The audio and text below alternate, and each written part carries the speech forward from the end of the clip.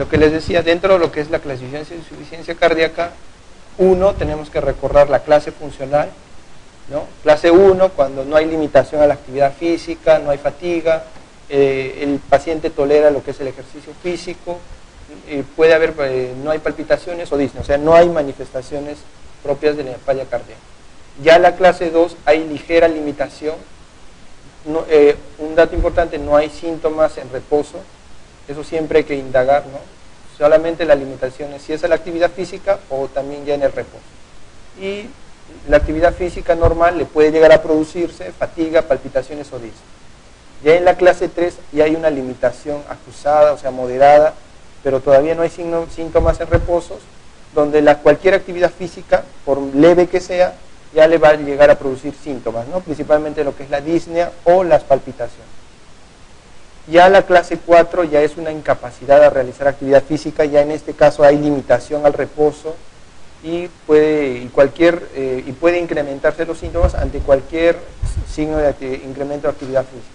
Entonces es importante siempre que tengan un paciente con insuficiencia cardíaca o en un caso clínico que puedan venir, tratar de buscar ello, ¿no? Muchas veces hay casos clínicos que preguntan en qué clase funcional se encuentra el paciente, ¿no?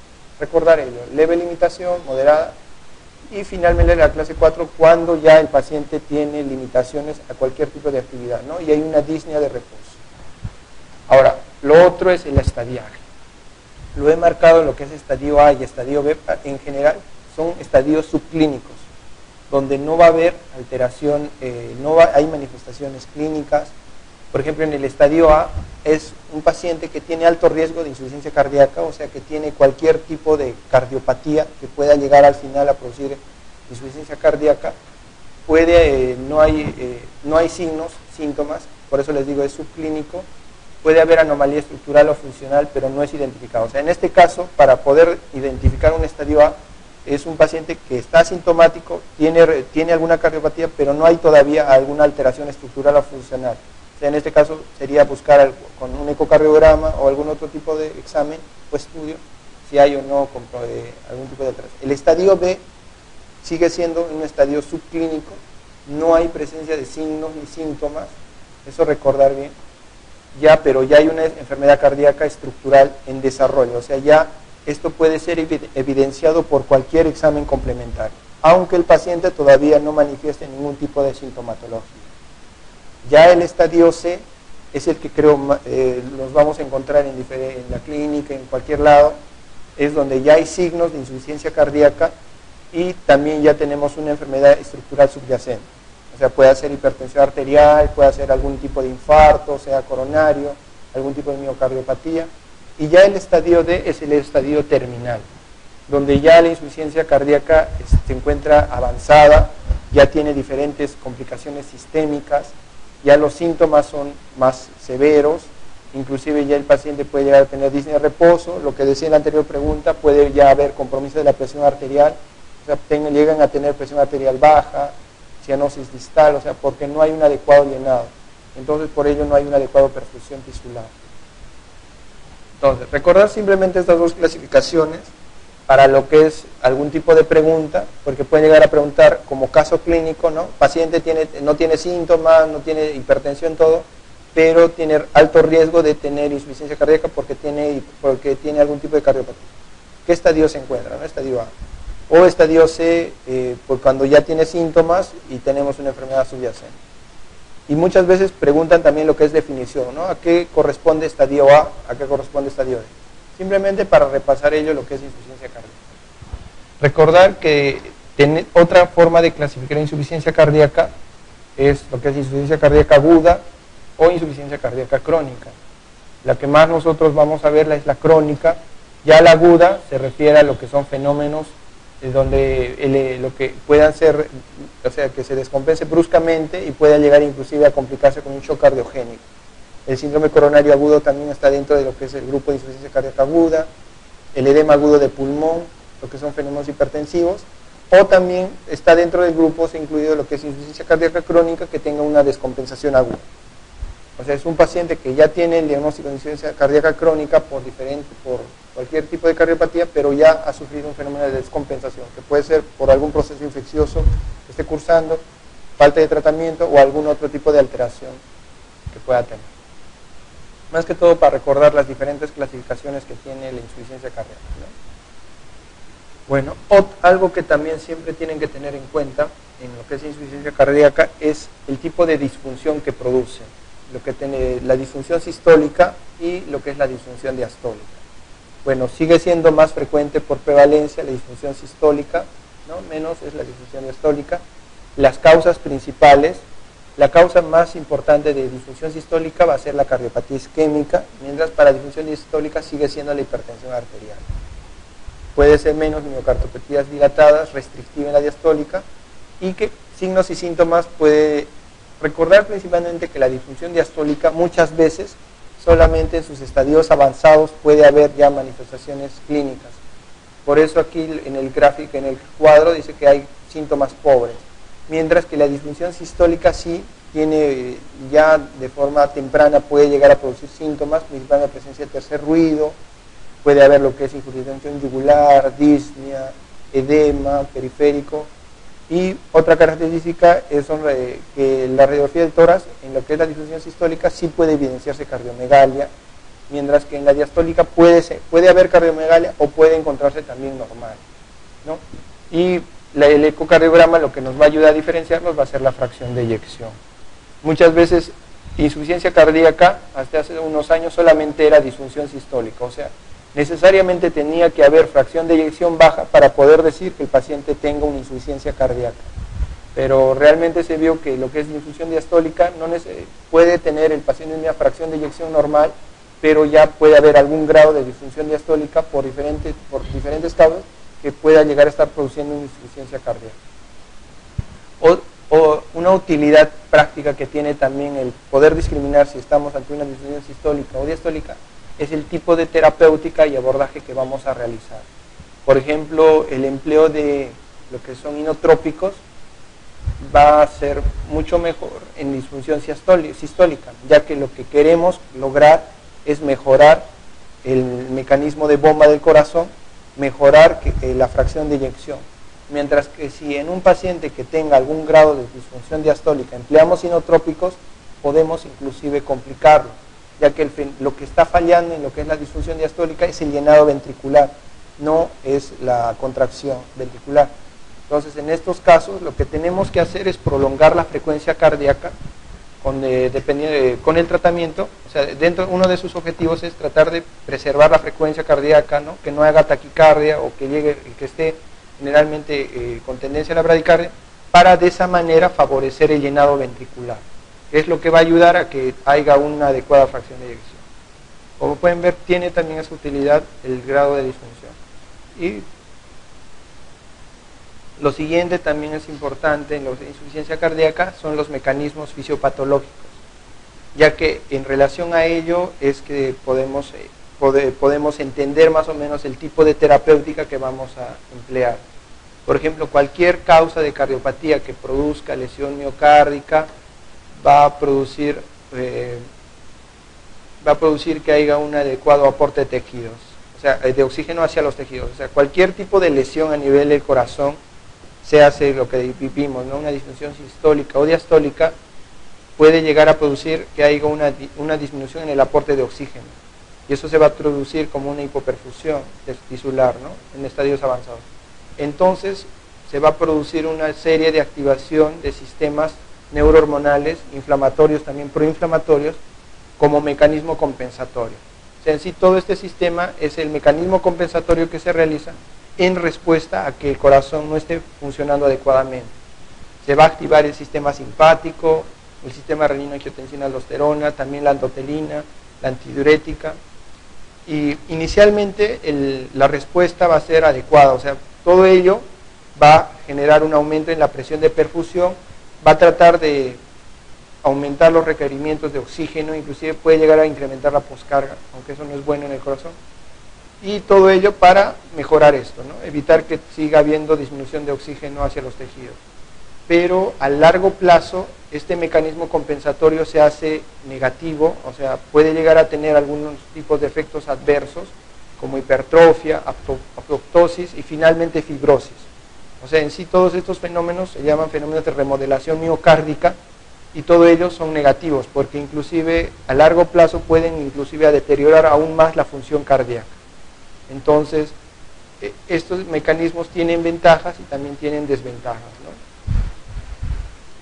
Por eso la terapéutica tiene la intención de bloquear este sistema neurohormonal a largo plazo para evitar que se produzcan estos efectos, ¿no? Hipertrofia, apoptosis y fibrosis, y continúe el fenómeno inflamatorio. Por ello nosotros lo que hacemos es bloquear los diferentes sistemas que tenemos. Por ejemplo, bloqueamos el sistema renina-angiotensina, ¿no? Lo que son los YECA o los ARA2.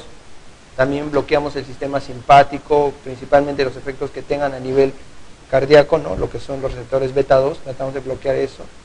También hay ahora ya fármacos que están dirigidos a lo que es el receptor endothelina, entonces bloqueamos también ello, todo ello para evitar esto, ¿no? Los efectos adversos de este sistema compensatorio.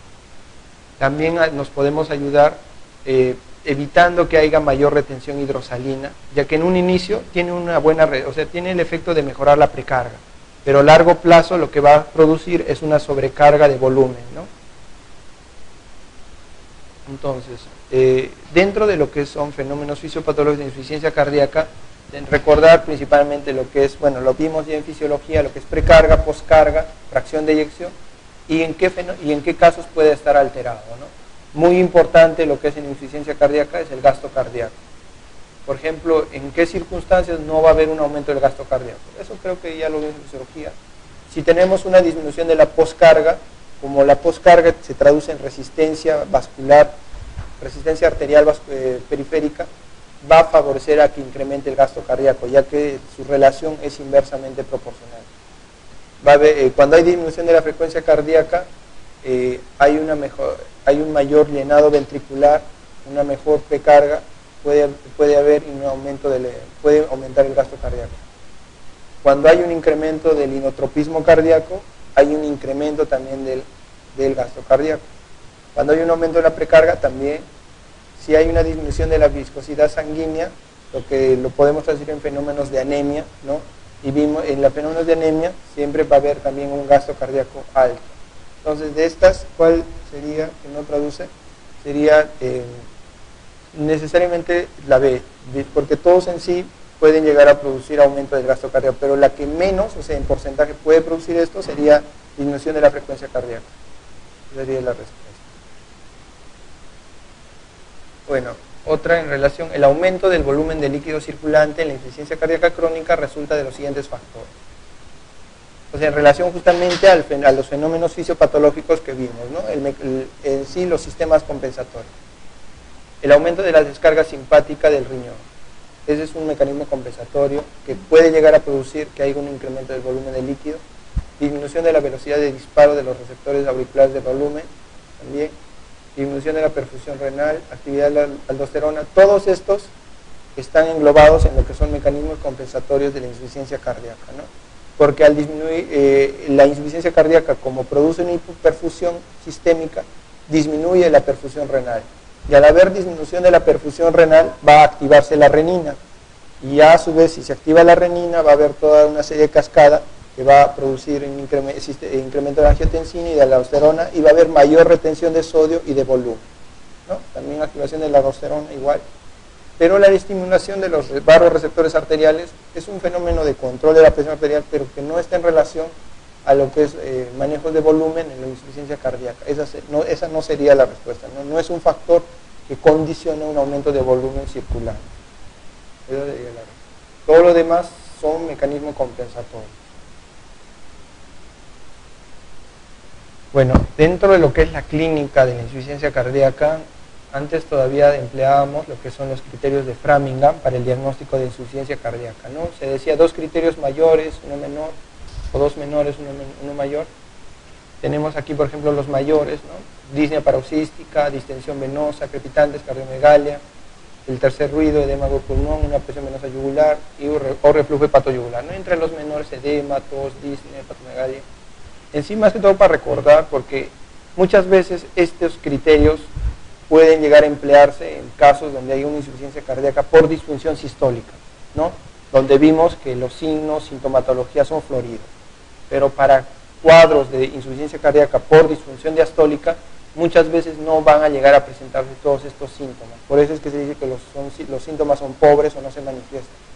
Y muchas veces para el diagnóstico de insuficiencia cardíaca vamos a tener que emplear algún tipo de examen complementario, ¿no? Principalmente la ecocardiografía. Bueno, hay otra clasificación que me olvidaba en lo que es insuficiencia cardíaca. Muchas veces llegan a preguntar, principalmente la pregunta va planteada, ¿no? Causas de insuficiencia con gasto elevado, excepto o de bajo gasto, y principalmente todas las insuficiencias cardíacas, o sea que tengan como causa algún tipo de cardiopatía, van a producir bajo gasto, ¿no? Valvulopatías, miocardiopatías, cardiopatía isquémica, pericardiopatía. Mientras que las enfermedades sistémicas son las que pueden producir gasto elevado. O sea, enfermedad de Paget, beriberi, fístulas, hipertiroidismo, anemia, embarazo, anafilaxia. Como pueden ver, todas estas son alteraciones sistémicas de diferentes causas. Entonces, si viene algún tipo de pregunta de estas, tratar de discriminar cuáles son cardiopatías, eso pensar que sea bajo gasto, mientras que si está en relación a alguna enfermedad sistémica, pensar que pueda ser un gasto, o sea, de gasto elevado. Por ejemplo, de lo que vimos, un signo físico más confiable de insuficiencia cardíaca congestiva en pacientes cerca de los 40 años. O sea, lo que siempre uno puede esperar que tenemos que encontrar para diagnóstico de insuficiencia cardíaca, ¿no? Tercer ruido, cuarto ruido, presencia de estertores, ascitis, edema. Si todavía tomamos en cuenta los criterios de Framingham, tendríamos que buscar un criterio mayor, ¿no? Que sería algo más confiable para su diagnóstico. La presencia de tercer ruido es un criterio mayor. Cuarto ruido, ¿no? Tercer estertores es un criterio menor, ascitis, edema también. Entonces, de todos ellos, la respuesta sería la A, ¿no? La presencia de un tercer ruido es un signo físico confiable que puede ayudarte o te orienta a que puedas estar ante una insuficiencia cardíaca. Bueno, ya para lo que es terminar de insuficiencia cardíaca, tenemos lo que es la parte terapéutica. Como les dije, conociendo bien la fisiopatología de la insuficiencia cardíaca, nosotros ya podemos ver qué tipo de medicación y el objetivo que queremos lograr es bloquear ese mecanismo compensatorio para evitar la remodelación miocárdica. Dentro de todos los medicamentos empleados, todos ellos tienen como objetivo ello, bloquear la hipertrofia, la apoptosis, que continúe la remodelación y haya mayor daño miocárdico. Entonces vamos a emplear los YECA, los ARA2, podemos emplear también los antagonistas de aldosterona para bloquear esa retención de sodio y esa sobrecarga de volumen también. Los bloqueadores beta también bloquean lo que es la actividad simpática, que va a estar incrementada en ese tipo de pacientes, principalmente bloquean los receptores beta 2, también puede ayudar beta 1, ¿no? Para eso empleamos bisoprolol, carvedilol, el metoprolol, nebilolol, que van a ser bisoprolol, carvedilol, metoprolol, van a ser cardioselectivos, o sea, exclusivamente su efecto va a ser principalmente beta 2, ¿no? Y bueno, aquí tenemos las dosis, que como pueden ver tenemos una dosis de inicio, una dosis de carga, y ya tenemos después una dosis objetivo, ¿no? Porque recordar que este tipo de medicación que le damos al paciente no es algo que lo vamos a dar un mes, 2 meses, sino a largo plazo, justamente para evitar que continúen los fenómenos deleterios de remodelación. Ya hay estudios, o sea, esto es de la guía del 2009 sobre insuficiencia cardíaca, donde los medicamentos que están comprobados que tienen una mejoría a largo plazo, disminuyen la mortalidad en lo que es insuficiencia cardíaca, son los YECA, son los beta bloqueadores y también lo que son en menor frecuencia, o sea, todavía un grado de evidencia de lo que son antagonistas de aldosterona. Todo lo demás todavía no hay la suficiente evidencia para decir que puedan tener un efecto a largo plazo de forma adecuada, ¿no? Pero todavía en lo que son disfunción sistólica podemos emplear inotrópicos, ¿no? Para mejorar la fracción de eyección, podemos emplear cronotrópicos en lo que es la disfunción diastólica para mejorar la frecuencia cardíaca. Entonces, en relación a la terapia, por ejemplo, ¿cuál de los siguientes fármacos no ha demostrado disminuir la mortalidad de insuficiencia cardíaca, ¿no? Justamente en relación a lo que les decía. Spironolactona, metoprolol, nalapril, digoxina, carvedilol, ¿no? De todos ellos, la digoxina, que es un inotrópico, todavía no ha demostrado disminuir la mortalidad, pero lo podemos emplear en cuadros de insuficiencia cardíaca, ¿no? Dependiendo si es o no adecuada la indicación. Esa sería la respuesta. ¿Cuál de los siguientes fármacos no está indicado en insuficiencia cardíaca con disfunción ventricular severa? Bueno, cuando dice aquí disfunción ventricular severa, lo que nos orienta es que puede haber una insuficiencia cardíaca avanzada. No nos dice exactamente la causa, pero lo que podemos emplear es carvedilol. Si hay sobrecarga de volumen, podemos emplear furosemida, ¿no?, para mejorar ello. Espirolactona también, yecas también.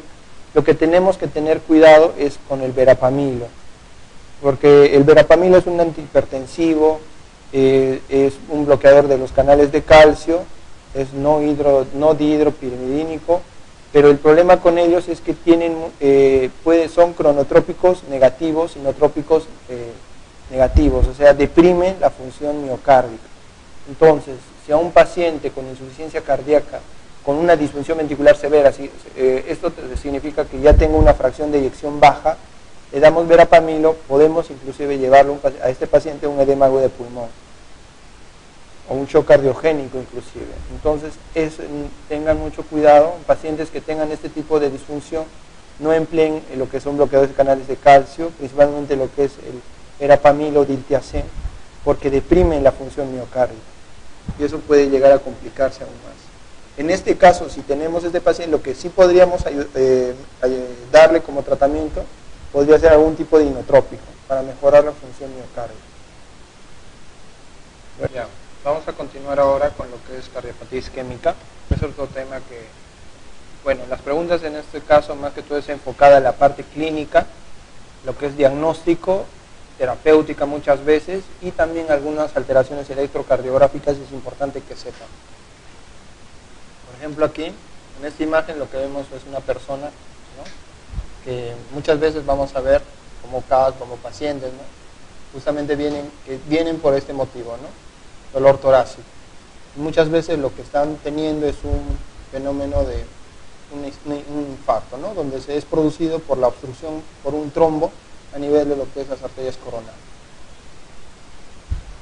Bueno, lo que es la cardiopatía isquémica tiene varias clasificaciones, lo que es síndrome como angina estable, y dentro de lo que son síndrome coronario agudo, vamos a tener lo que es la angina inestable, el infarto agudo de miocardio propiamente dicho, muerte súbita también, y ya otras formas de presentación de cardiopatía isquémica, tenemos la isquemia silente, y ya como complicaciones tenemos, ¿no?, insuficiencia cardíaca, puede llegar a producir un edema agudo de pulmón también, y dentro de las complicaciones también algunos tipos de taquiarritmias, ¿no?, principalmente ventriculares.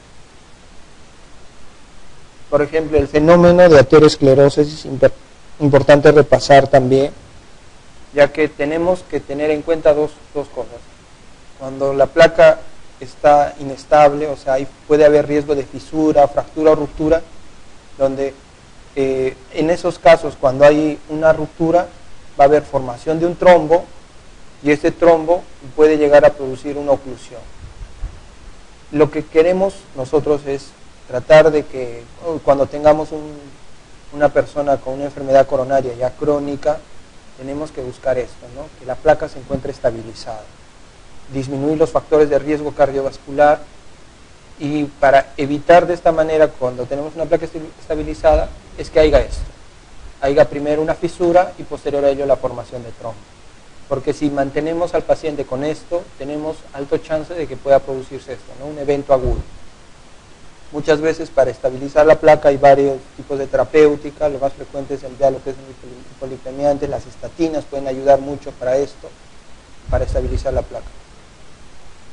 Aquí ya por fases, tenemos la fase 1, que es la fase de progresión lenta, donde tenemos primero una arteria normal.